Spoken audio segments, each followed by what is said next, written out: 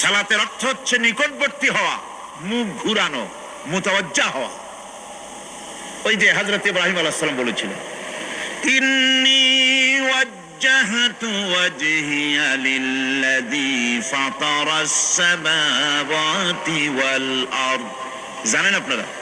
পড়েন, ইন্নী ওয়াজ্জাহতু ওয়াজহিয়া লিল্লাযী ফাতারাস সামাওয়াতি ওয়াল আরদা হানিফা ওয়া মা আনা মিনাল মুশরিকিন। নিশ্চয় আমার মুখ ঘুরায় দিলাম কার দিকে? যিনি আকাশ এবং জমিনের স্রষ্টা, সব কিছুর মালিক যিনি, তার দিকে আমি মুতাওয়াজ্জা হলাম। নামাজের অর্থই হচ্ছে মুতাওয়াজ্জা হওয়া, মুখ ঘুরিয়ে দেওয়া, চেহারা ঘুরিয়ে দেওয়া। আর নামাজের আরেক অর্থ হচ্ছে নিকটবর্তী থেকে আরো নিকটবর্তী হওয়া।